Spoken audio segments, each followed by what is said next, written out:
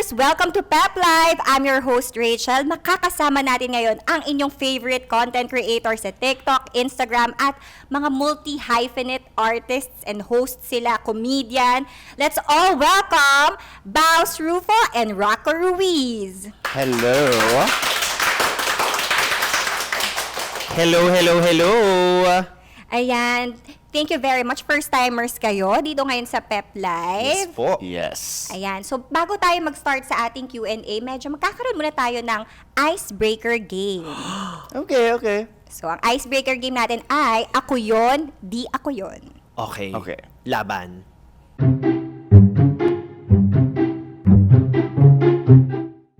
Okay, eto. Itong ako yun, di ako yun. Meron lang tayong konting questions about na medyo ilalaglag ninyo ang sarili ninyo. Pero, meron naman kayong chance to defend your answer. Are you ready? Yes. At least self-aware tayo. Correct. At least self-aware. Wala ata kaming choice. Kailangan ready kami. Yes. Okay, ayan. Wala namang lie detector to, no? So, I'm here, I know you, so I will tell the audience Ito yung if lie you are detector ko. lying. Ayan. So, Pepsters, eto na. Number 1. Na-burnout kaya nag-quit ng day job. Ako yun! Ako yun. Times 3, times 4. Times 200, times 2,000. Yeah. Agad-agad talaga. Kailan ka nag-quit? ng iyong enter dramatic corporate music work? ko. 10 taon po kasi ako naging alipin ng salapi sa corporate. So I worked for 10 years and then nag-quit ako nung 2020 to just have more time for myself, and then I ended up being a content creator. But yes, definitely dahil po sa burnout at sa back pain. So, yun. OMG. Yes. Di maiwasan. How about Irako? Actually, like, I think by whatever I do, I get burnt out. It's more of like choosing ano yung worth it na burnout. And kaya dati, di ako tumatagal lang 2 years in one job. Just because like, I'm like, I want to try something new all the time. I want to try something new. And that's why with content creation, everything's always new. So it doesn't really feel like that burn-outy. You know what I mean? Tama. Okay, eto. Number 2. Ako yun, di ako yun, perfectionist sa content. Sobrang ako yun. Sobrang Ako yun. hindi ako yun. Hindi ko yun. Yes, Oh, oo. I would have expected different. I guess I It just seems exude perfect. effortless It seems perfection. No, so yung akin kasi, I subscribe to this thinking na done is better than good. I mean, of course, you can spend like a week, 2 weeks trying to write yung best script, best punchline, best sound effects. But mas na dun kasi ako sa momentum of being hit by inspiration and then being to share it with the world agad so that I can also move on to the next creative idea that I will pursue. Nothing against people kasi parang feeling ko rin hindi ata ako magta-thrive kung sobrang grabe yung preparation. So, nandun lang ako sa medyo a little rough around the edges and dinadaan na lang natin sa face card. Actually, it adds character to the content, you know. But actually, like, perfectionist ako, pero nothing I upload is perfect, and that's the painful part. I'll like keep rewatching my reel 100 times, being like, ay, sana inayos ko to, for like my weeks. gosh. And that's just the nature of the beast. Pero how many times would you record yourself? Ikaw ba, Baus? Oh my God, it depends. Because dahil nga ang puhunan natin ating face card, Yes. it really depends. Pero I try not to get trapped into parang finding the perfect take. Usually, I just do like 3 and then piliin ko na ano yung best dyan. I'm Yes. sure meron naman nag-work dyan. Because pag na-fixate ka with the take, parang baka hindi naabutin this year yung pag-post niya. And actually, you feel like you have multiple personalities as an actor and director. Kasi like, you'll watch your takes later on and being like, papagalitan mo yung actor, pero ikaw rin yung actor. Correct. So I can just re-record it sometimes. Like, if I'm frustrated with like 10 takes, tapos di ako happy, reshoot na lang. Okay, ayan. As a perfectionist. O, di ba? Nilaglag talaga nila yung sarili Yes. nila. Yun naman yung instructions, di ba? So, following instructions naman We're falling. Very honest. Okay, ito, number 3. Ako yun, di ako yun. People pleaser as in yes man. Siguro ito before, nung kayo ay nasa corporate world. Ganun ba kayo?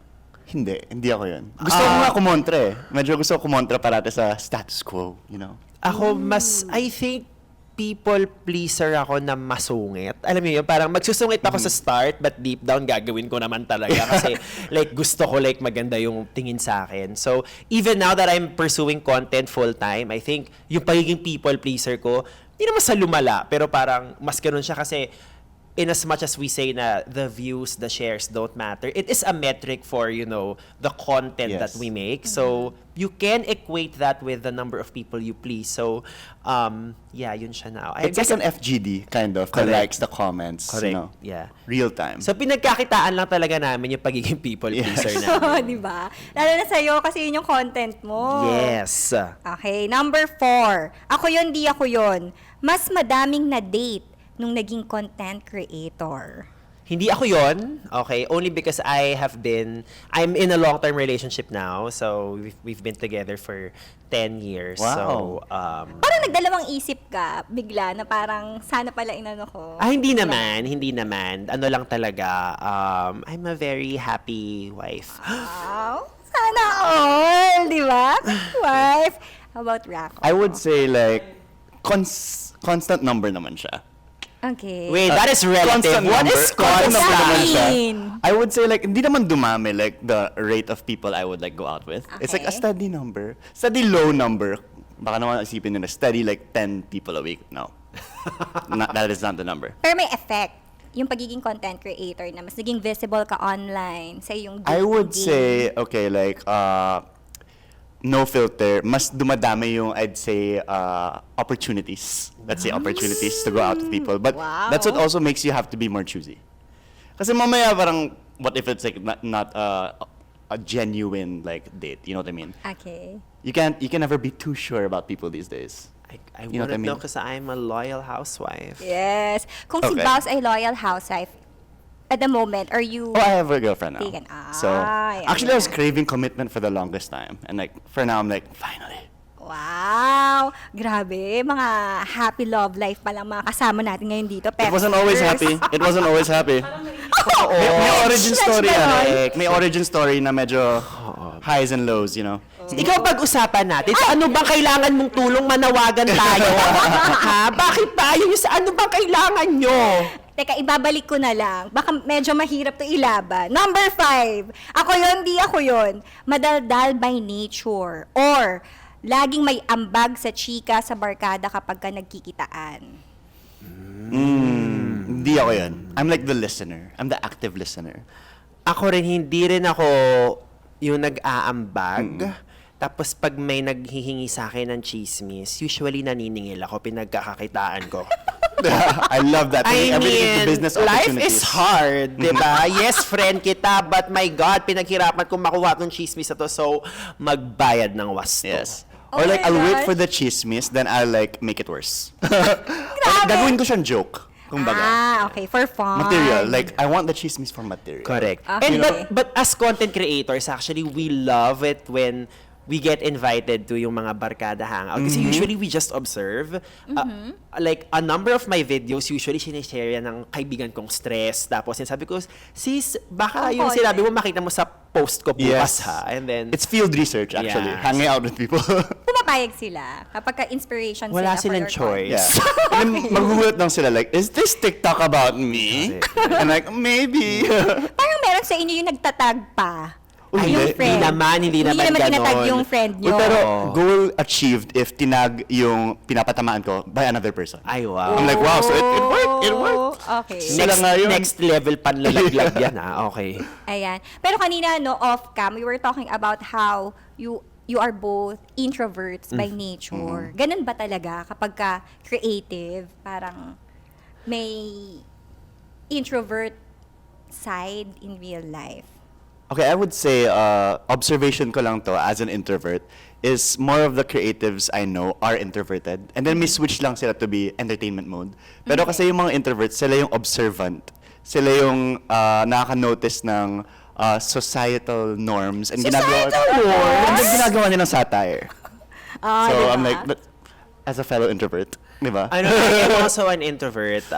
Actually, the more na like tumatanda na ako, parang mas kailangan ko ng mahabang recharge ng social battery. Kasi I do stand-up comedy, I host events, tapos part-time bimbi look-alike din ako. So, medyo mahirap talaga ang life.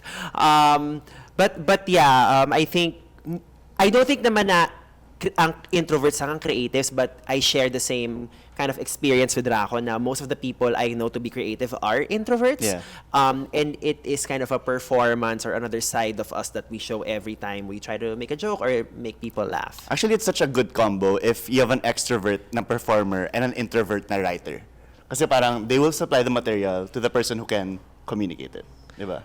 Yes, tayo doon, partner. That's a good duo idea. Pareho tayong introvert. Paano yun?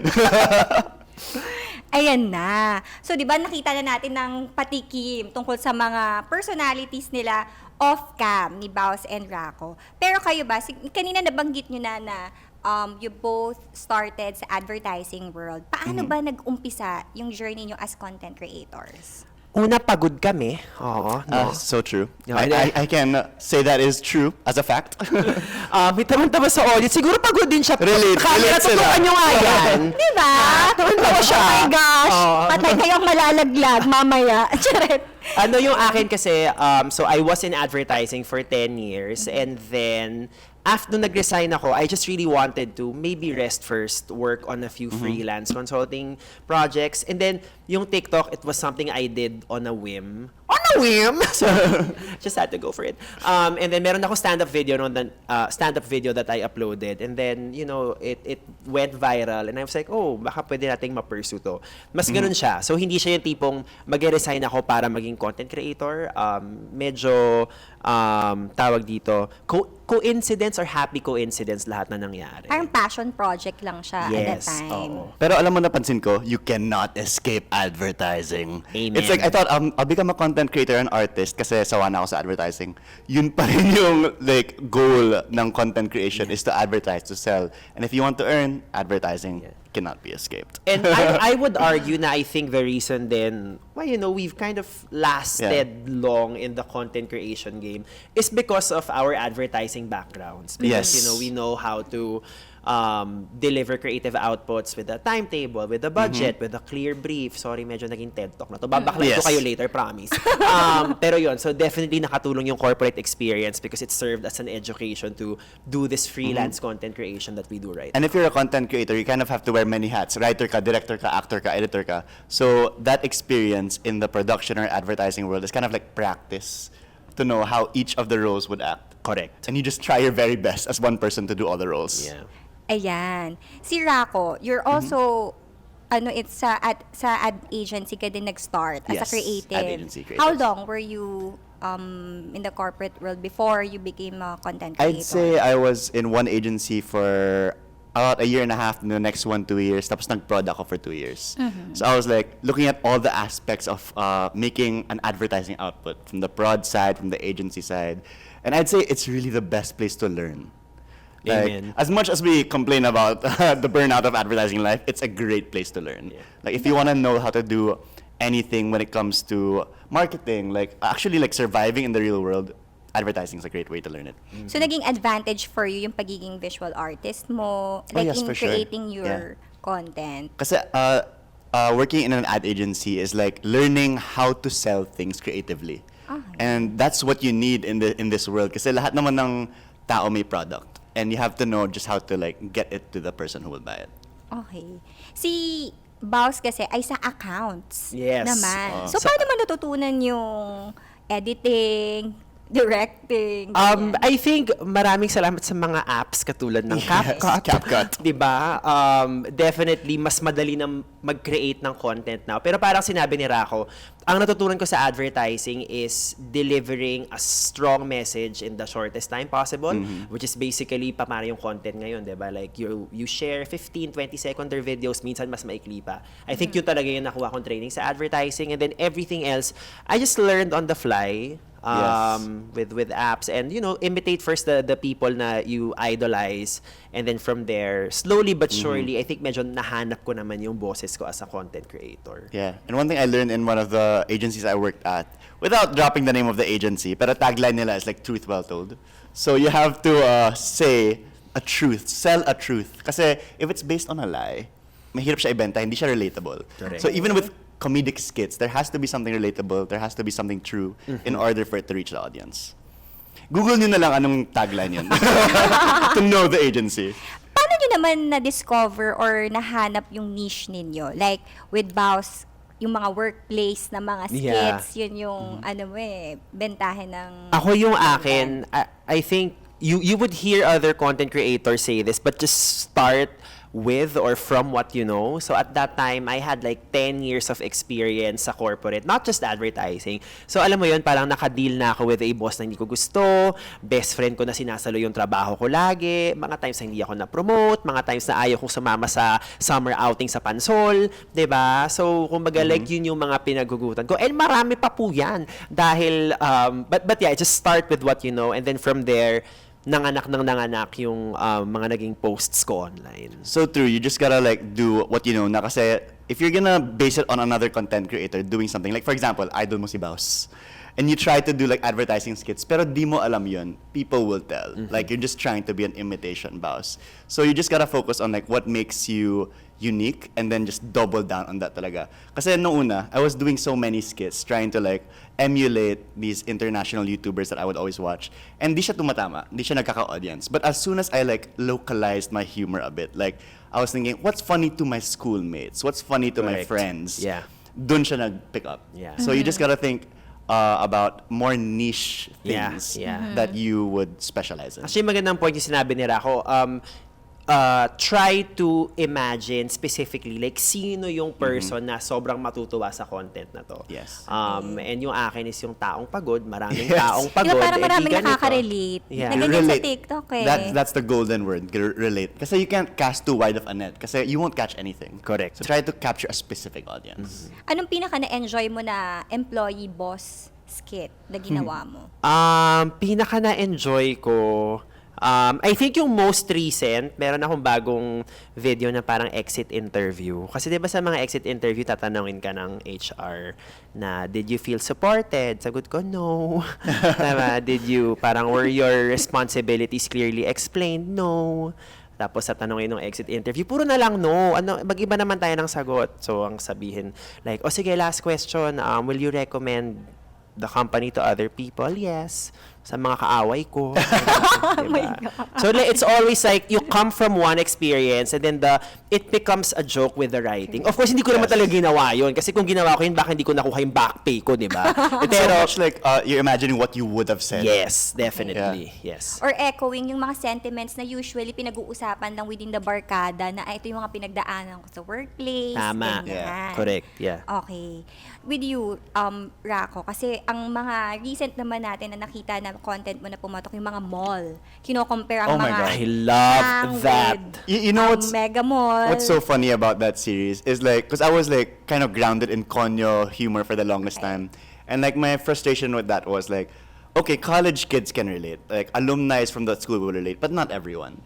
So without trying to like get a wider audience, me and my friends were just having this super sabaw conversation na parang barkada yung Ortigas malls, diba? Lahat sila ibang stereotype and they're all near each other. Parang barkada sitting in one table at school. I was like, okay, what if we make that a skit?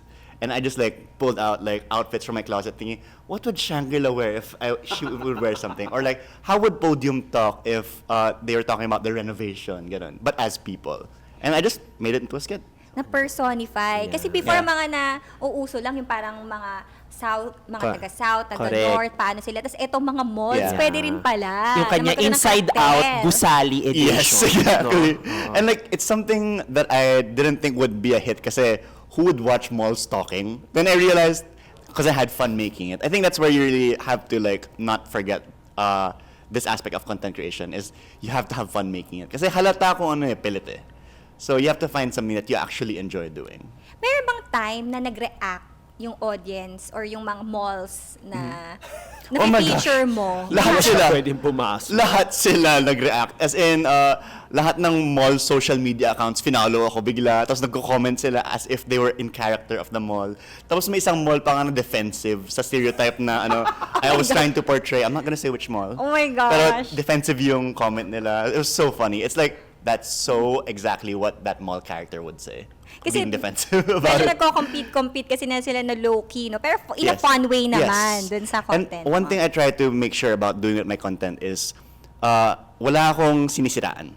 It's like all tongue-in-cheek. If I'm gonna make like a mall look like pretentious, Pero mabait naman na pretentious. Parang I don't want to antagonize anyone. Like, I think in my entire history of doing content, the only character I actually antagonize is my, like, toxic male character with a yellow beanie and, like, filter in a beard. Because I think they deserve to be antagonized. But, like, everyone else is, like, may redeeming value parate. Okay. And then finally, nung, ayan na, todo na kayo sa content creation, paano nyo, naalala nyo pa ba yung first na viral post na ginawa nyo? And paano ba yung masustain yung gano'n na yung mga susunod mong gagawin, patok pa rin sa audience mo? I think I was fortunate enough na one of the first posts na pinublish ko was yun yung stand-up clip ko. Nag-viral agad. Pero ang nahirapan ako doon kasi hindi ko siya masundan na agad. Kasi 2020 ko siya pinost. So, wala pang live event. So, I guess yun rin yung tip ko for people who want to pursue content. Parang, there are more times na yung videos mo hindi papalo on the views and the virality than the videos that people remember and people ask us about. But it's a game of parang just post ng post and then eventually dadami yung mga posts na nagva-viral, pero for the most part of it, you know, there are probably videos na we're so proud that we made, but like very few people got to see it now. Yes. And people won't remember the flops. There's so much content these days, they're only gonna remember the one that was viral. So don't be afraid of flopping. So how about yung consistency? Like, meron bang regularity na kailangan every week kailangan ko mag-post? Or paano ba yun? I think it's always post as many times as you can. Yeah. Definitely, that's one. But I think yung updated version ng tip na yun is post or parang go for a frequency na you can commit to. Yes. Parang kung kaya mo mag-araw-araw na hindi ka masyadong mababaliw, go, ilaban mo yan. But if you know, if 3 times or 4 times na yung kaya mo, then do it. Kasi the platforms, meaning like Instagram or TikTok, they reward din kasi yung consistency eh. So if eventually magiging erratic yung schedule mo, bigla kang mawawala. That's something hopefully you can plan para lang hindi masayang yung pinaghirapan mo. And I'd say, like, think as your audience. Like, kung ikaw yung audience mo, sawa ka na ba if it's like 3 posts a week? So what I really try to think of is like, I'm building a library. Kasi the nature of people who will follow you is, i-binge nila yung content mo eh.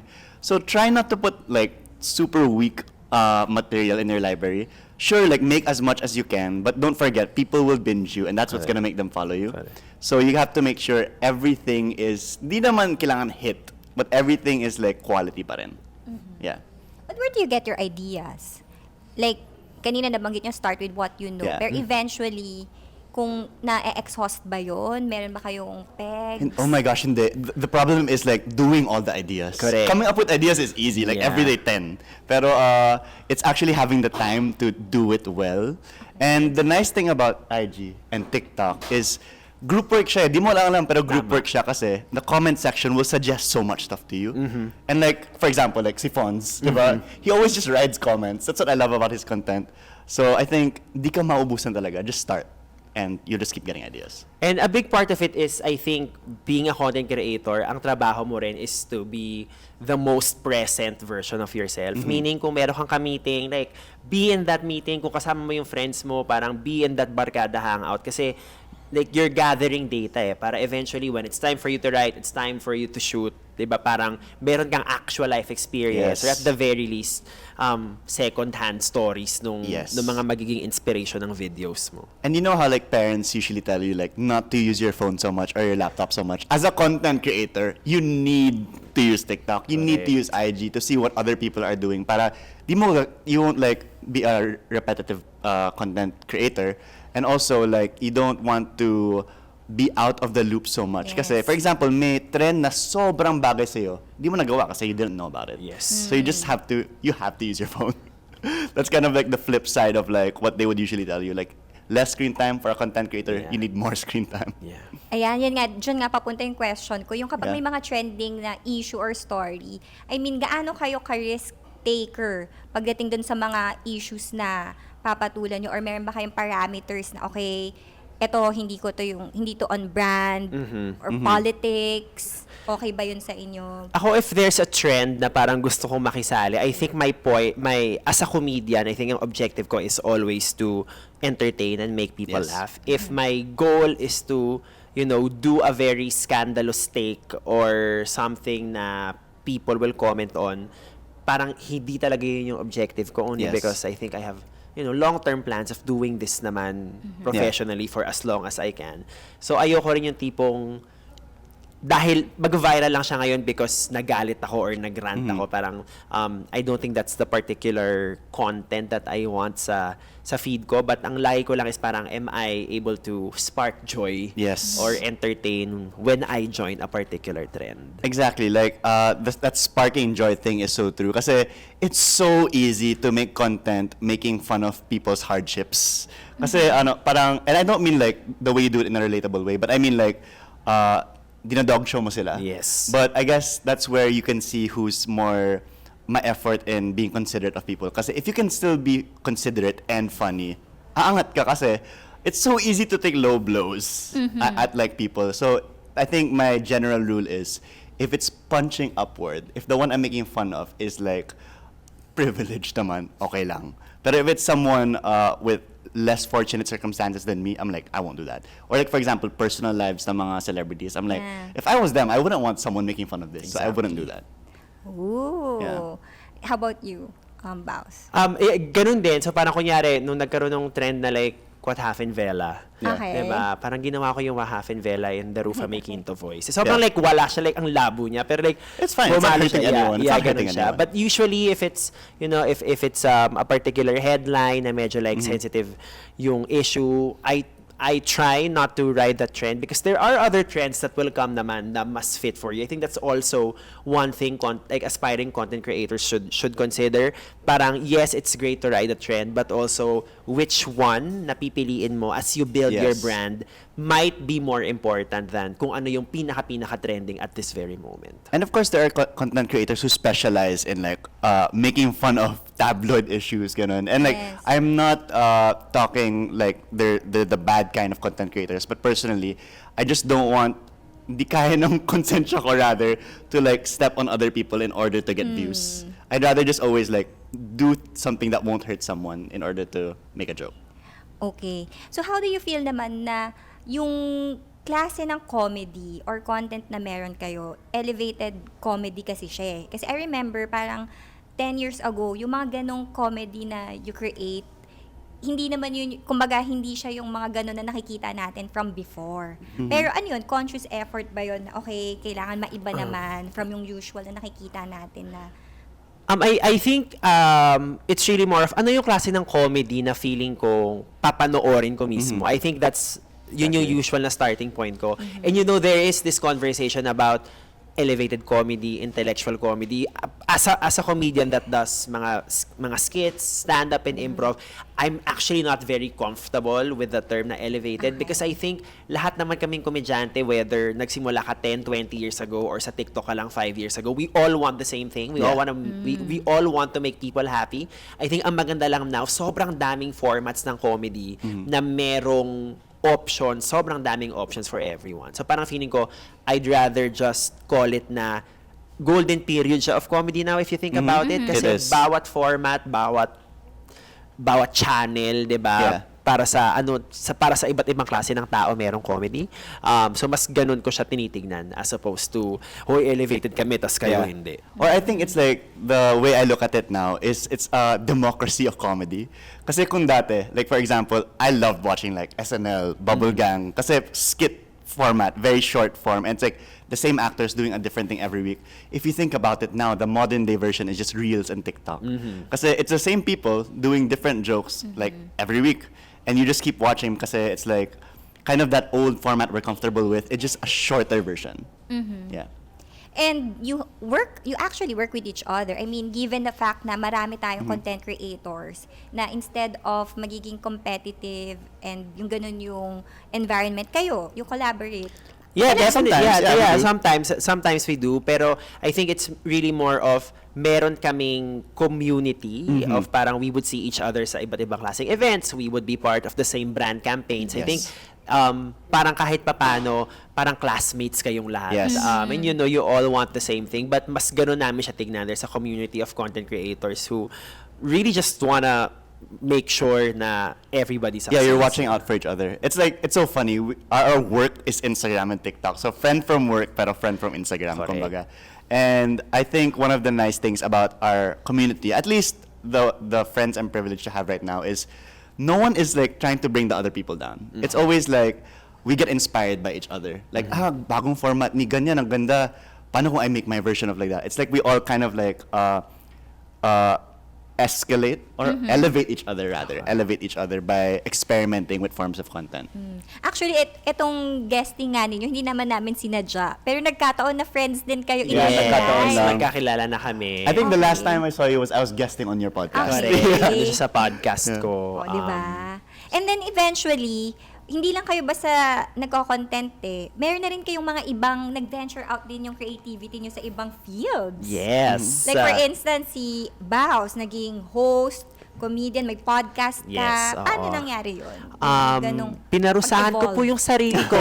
Gusto ko pang mapagod lalo. Hindi, ano kasi siya parang, I think when I decided to leave my corporate job and pursue content creation, parang sobrang na-in love lang ako sa idea na I just wanna be creative for a living. So parang, I won't always have the opportunity to create a skit or do a stand-up show. So what are the other formats that I can pursue? So I can host. I love talking to a crowd. I can do a podcast. I like to talk about, intellectually stimulating topics. So, ganun siya for me. Parang, it all comes from like one source, which is my soul. And then, meron ka lang iba-ibang parang creative expressions for it. Yes. Okay. I think the frustrating thing is like, mabilis maubos yung battery natin, pero marami tayong gustong gawin. But for me also, I think it's more of a practical thing because the world's so unpredictable now. You don't know which thing you're doing can be replaced by AI next. So I'm like thinking, I have to try to do as many things as I can, just so I can be adaptable. And like I think a strength now, with how unpredictable the world is you have to become adaptable. Like kunwari, you have to have transferable skills is what I'm trying to say. And if you're polishing your creativity and let's say making skits, that can be used in other things. So it's more of like, not that I can't choose what I want to do, but I'm just trying to like do as many things as I can. Agree. Yeah. Kasi si Raco, na from being a graphic designer, illustrator before sa work, ngayon, you are now an exhibiting artist. Oh, Meron ka yes. bang show or exhibit na ongoing? No, actually, like I'm working on an exhibit which I will be announcing in the start of July. So just look out for that. But I think it was more of a like self-inflicted rite of passage for me. Kasi parang I was looking at like, how do artists get recognized as artists? Because anyone can be an artist now. Digital art, iPad, everyone's talented, diba? But I was seeing like, okay, these artists are getting recognized after they have gallery shows, after they're hung up in so-and-so gallery. So I said, okay, I have to legitimize myself. And that's why I went back to traditional art, like painting on a canvas, making art people can buy. Just to kind of like give myself a pat on the back na, you made it. What is it called, yung exhibit mo? Oh, in secret July? pa. Secret Ah, pa. wala pa. Yeah. Okay. How about si Baus? You also do stand-up? Yeah, so I do comedy? regular stand-up and improv shows. So, just follow me on Instagram or TikTok. So, Instagram is BAUSRUFO, Baus Rufo. I do mga like 3 to 4 shows every month. Nakapost naman yung schedule ko doon lagi. But, see you on the road. Pero kung merong hierarchy, meron ba kayong top choice na gusto nyo, pinaka-gusto nyong gawin? Ang pinakagusto ko is pag nag-guest ako sa pep.ph live. Ayan. syempre. Oh my gosh, Shane, you stole my answer. I was Grabe. supposed to say that. Diba? Di ba? Ang saya na, thank you so much for sharing your insights and learnings with us. Pero ito, for last few questions, ito, best compliment you got from your followers?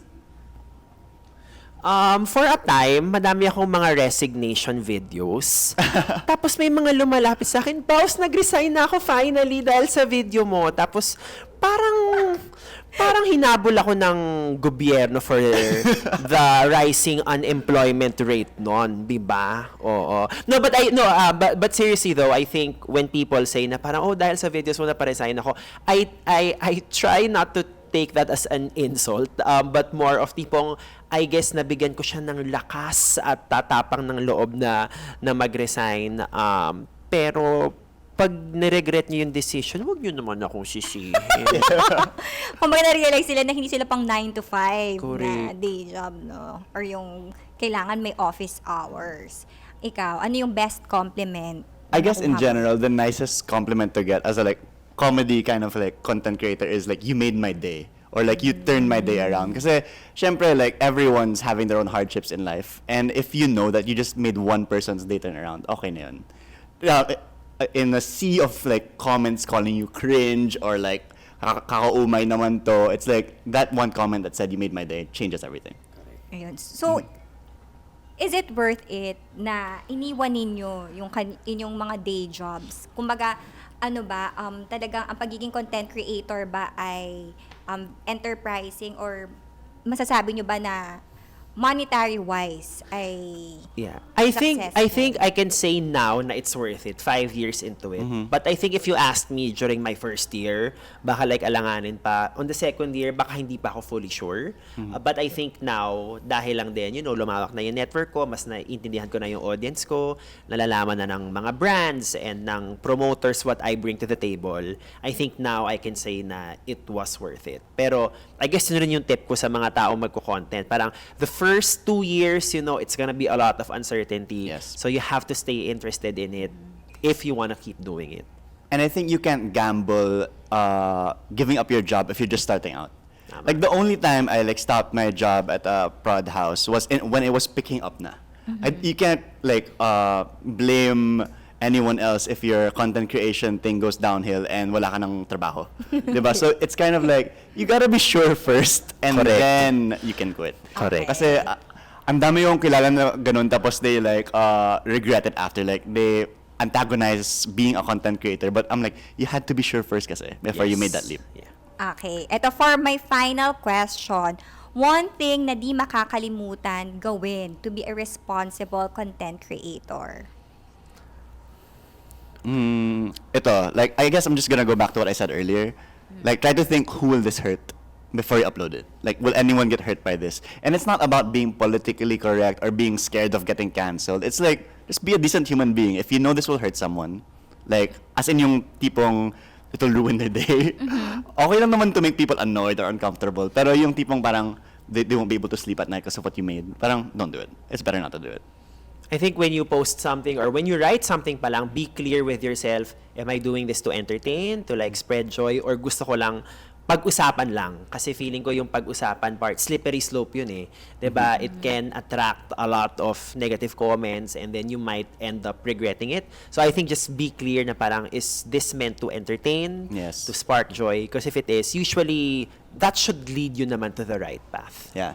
And like, I guess going back to what Baus said also, you have to also not make the views the main thing you'll think about. It's a byproduct. It can't be like the end all be all. Kasi kung views lang inisip mo, you'll get so frustrated na wala siyang views. But if you're having fun doing it, if you're doing it to make like one person laugh, edi okay lang. Tapos kung nagka-viral views ka from that, it's like a huge bonus. Ayan, loving what you do talaga. Love for the craft ang end correct. goal. Ayan. Thank you so much, Baus and Raco, for sharing your insights. Salamat, Please invite Rachelle. Yes. Pepster sa inyong mga ganap. Saan ba kayo pwedeng abangan mga upcoming shows and social media accounts ninyo? Okay. Pwede nyo po akong abangan sa gate nyo. Binibentahan kayo ng pinakabaklang bikong matitikman nyo. Hindi. So you can follow me on Instagram. That's BAUSRUFO. I also have a podcast, yung ang sinabi ni Raco kanina. It's Kaya Pa Ba with Baus Rufo. It's on YouTube. It's on Spotify. Yes, and I hope to see you at one of my shows. Yes, and me as an introvert, you can find me at home most of the time. Lalo na it's so traffic to go out these days. So if you want to know what I'm up to though, you can follow at Raco Bell. It's like Taco Bell with an R kasi uso dati to have fun usernames. And I just never changed it. So yeah, you can find out whatever my ADHD brain is up to next, like be it art, content, or events. Just follow me there. Once again, Pepsters, Baus and Raco on Pep Live.